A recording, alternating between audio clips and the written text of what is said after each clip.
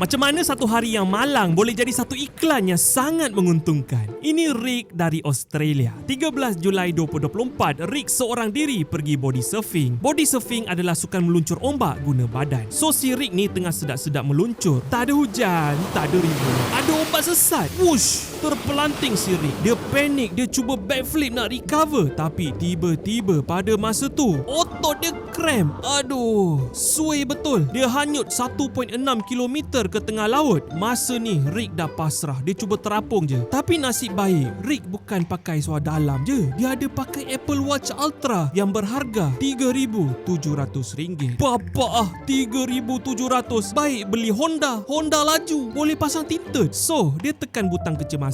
What's your emergency? Rick jawab tercungap-cungap, aku hanyut. 1 jam Rick berborak dengan operator tu sampailah helikopter track lokasi GPS. Datang saut dia macam ikan bilis. Bila Apple dapat tahu, mereka terus kontak Rick bagi sponsor dan buat iklan lakonan semula. Dan iklan tu berjaya menjadikan Apple Watch ni gadget wajib di kalangan surfer sebelum turun ke laut.